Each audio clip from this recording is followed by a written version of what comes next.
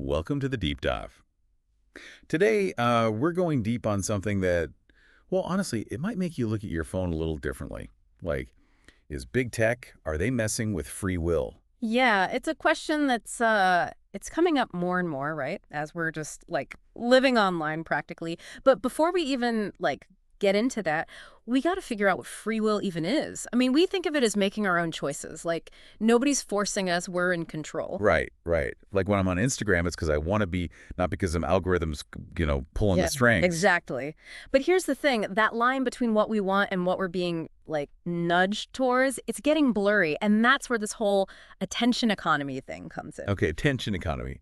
Honestly, I hear it everywhere, but I'm not sure I totally get it. Think of it this way. Our attention online, that's the gold mine.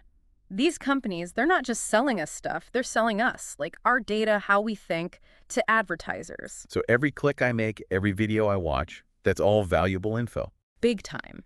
And because we only have so much attention to give, these companies are fighting for it. So they're making their platforms, the algorithms, everything to keep us glued there. That makes sense. Like those frequently bought together things on Amazon. Are those really helping me or just tricking me into spending more? It's a little bit of both, right? Which is where choice architecture comes in. Basically, they're designing these platforms to kind of like steer us subtly towards certain choices. It's not forcing, it's more like making some things look way more tempting. Oh, I get it. Like instead of a plain menu, they're setting out this buffet where the dessert table is, like right in your face. Perfect analogy. Think about YouTube's autoplay. Seems harmless, right? Yeah. But by going right to the next video, there's no pause. You just keep watching, even if you meant to stop. Ugh, tell me about it. The YouTube rabbit hole, I know it well. It's like it knows what'll keep me clicking, which reminds me, filter bubbles, what are those all about? So filter bubbles, it's like being stuck in an echo chamber, only online. Let's say you're into, I don't know, certain political stuff. Algorithms see that and they start showing you more of that, blocking out other viewpoints. I mean, in a way, it sounds kind of nice. You're only seeing stuff you agree with. But then again, isn't that like a warped view of the world? You're never challenged. You got it. Filter bubbles, they can make people more divided, easier to believe fake news. It's like everyone agrees with you, even if that's not really true. Hard to have real conversations that way. And it's all because of these algorithms that want to keep us hooked, right? Yeah. So the more I click on stuff I like, the more of that I get, less of anything different. Vicious cycle. Yep. And remember, these algorithms, their goal is not to show us what's true, it's to keep us scrolling. They're getting very good at it. But then it gets even crazier when we bring in predictive algorithms. Wait, hold up. Predictive algorithms. That sounds straight out of sci-fi. What's that all about? Okay, so predictive algorithms are a level up. They don't just react to what we've done, they try to guess what we'll do next. They look at what we buy, what we look at online, all that, and they try to figure out, what we'll want before we even do. Hold on. You're saying, like, TikTok can tell I'm going to crave a burrito before I even know it. It's not that crazy anymore. These things are super smart at spotting patterns, predicting what we'll want. It's used everywhere, like ads that are just for you or what shows up on your feed. Okay, and that's wild. And also kind of creepy. But back to the free will thing. How does all this connect? Well, think about it. If an algorithm knows what you want and can show you stuff to make you feel certain ways, are you really choosing freely anymore? You got a point there. Mhm. It's like we're puppets, and the algorithm's the one pulling the strings. Right. That's what people are worried about. Like, is big tech taking away our control little by little?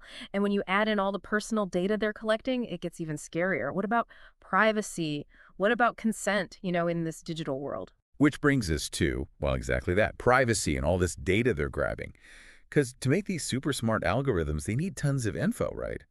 And it's not just what we post anymore. It's like where we go, who we talk to, even like our fingerprints and stuff. Kind of overwhelming. It's a lot happening all the time, and most people don't even realize it. Totally. How much control do we really have? Be honest, do you read those terms and conditions before clicking? I agree, because I sure don't. Yeah. So our digital trail, it's just growing and growing, and we don't even know what's in it half the time. It's kind of freaky. It is freaky, and it brings up all sorts of questions about, are they doing this right? But it's not all bad news. There are things we can do on our own and together to fight back and take some control. Okay, phew.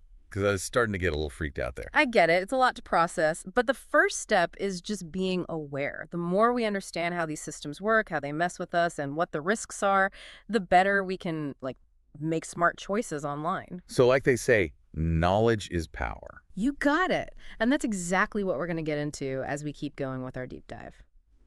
Okay, so we're back and we're like really getting into this whole attention economy thing, algorithms, and whether free will is even a thing anymore.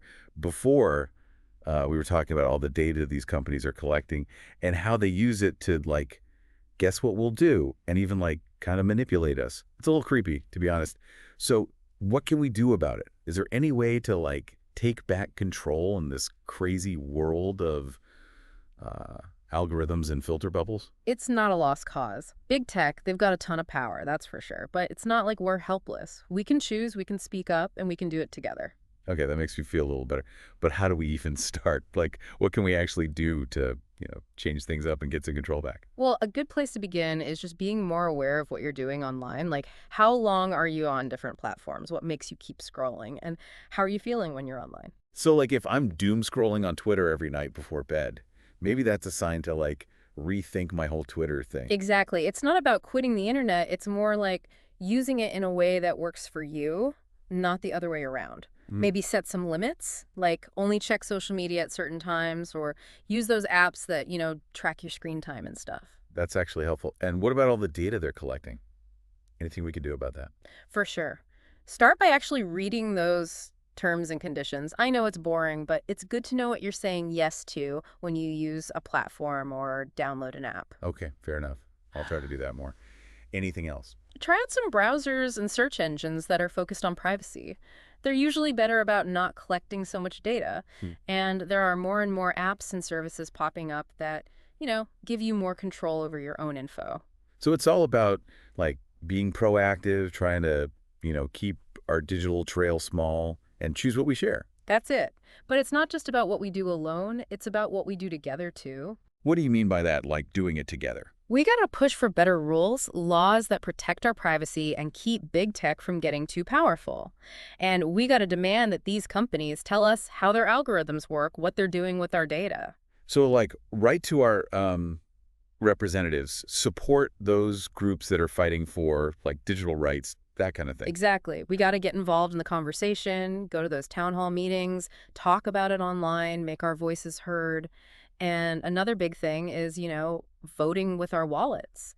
If we support the companies that are doing things right, the ones that care about privacy, that sends a message. Right. Like if enough of us demand change, they kind of have to listen, right? That's the hope. We got to change the whole way we think about tech. It shouldn't just be about accepting whatever they throw at us. It should be about, questioning things, demanding better. It sounds like a big challenge, but I guess even the biggest journeys start with just like one step, right? Exactly. And remember, it's not just about, avoiding the bad stuff with tech. It's also about using it to make things better. Okay, so how do we do that?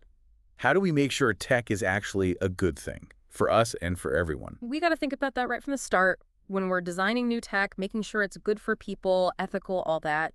Instead of just saying yes to every new gadget or app, we should ask, how's this going to affect people? How's it going to affect society? So it's about being more thoughtful, more careful about how we use tech and what we create with it. Not just being like passive users, but actually shaping things. You got it.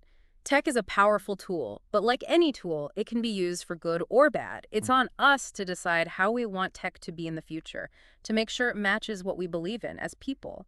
And part of that means being aware of the risks, like losing our privacy and control, which is what we've been talking about. Which brings us right back to the big question. Is big tech, killing free will? It's tricky, no easy answers. Maybe they're not totally wiping out free will, but they're definitely changing how we choose and how we see the world. They're shaping what we want, filtering what we know, and kind of nudging us in certain directions. So it's not a yes or no thing. It's more about like understanding the whole picture and being smart about how we move through this digital world. It's about knowing that we have more control than it might feel like, even with all these algorithms running things. I like that. The future of free will in this digital age, it depends on what we do, all of us. It depends on if we're willing to have these hard conversations, to demand better from these big tech companies, and to use our own power to make the digital world work for us, not against us. That's really powerful. So what's the takeaway for us, just regular people trying to figure out this whole digital thing? Don't just sit back and take it. We got to be active. We got to shape the digital world to be what we want it to be. And it all starts with learning, with understanding, and with questioning how things are. Well said. We'll be right back to wrap things up after a quick message. And we're back, wrapping up our deep dive into, well, big tech and this whole free will thing. It's been pretty intense so far, a lot to think about. But before we go, I got to ask, like, what can we do? These companies are huge, so much power. How can we, like regular people, actually make a difference? It's true, they've got a lot of clout, but we're not totally helpless, right? We talked about choices, speaking up, and doing it together. Let's dig into that a bit more. Yeah, let's. Where do we even start? First things first, gotta learn the game.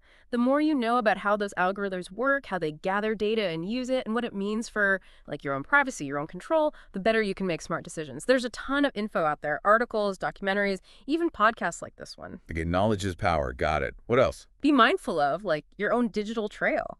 Really think about what you share online, the apps you use, and what you let them do. Does that flashlight app really need to know your location? Probably not. Good point. I've totally done that. Just clicked allow without thinking. No. So it's about like being more aware of what we're doing online, making conscious choices. Exactly. And don't be afraid to try out different things, platforms, apps, whatever, that, actually care about privacy and doing things the right way. We talked about browsers and search engines, but there are even alternatives to, like, the big social media sites and stuff. Wait, really? Alternatives? I had no idea. That's kind of hopeful.